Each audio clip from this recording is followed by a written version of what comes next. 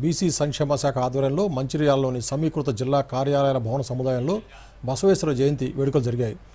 జిల్లా collector Kumar Deepak, joint collector Motilal, జిల్లా అధికారులు, బీసీ సంఘాలు ఈ వేడుకలో పాల్గొన్నాయి.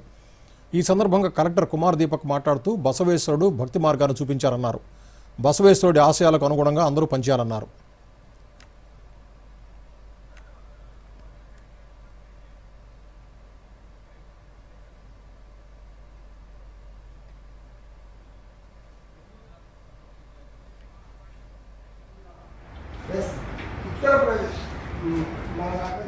బాసవరాజు గారు అంటే ఒక భక్తి సెంట్, అంటే శివైట్ సెక్ట్ సంబంధించిన ఉంటారు.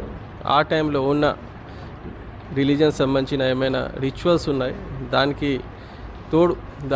దాంతో పాటు ఇంకా ఒక మార్గం ఉన్నాయి, అట్లా చూపించారు. దాని నుంచి బలహీన వర్గాలకు చాలా మేలు జరిగింది. అండ్ ఐ హోప్ వాళ్ళు ఇచ్చిన మార్గంలో వాళ్ళు చెప్పిన మాట సంబంధించిన మనం ఫాలో చేస్తే ఇప్పుడు కూడా ఎవరైనా వెనుకబడి వర్గాలు ఉన్నారో వాళ్ళకి లాభం జరుగుతుంది.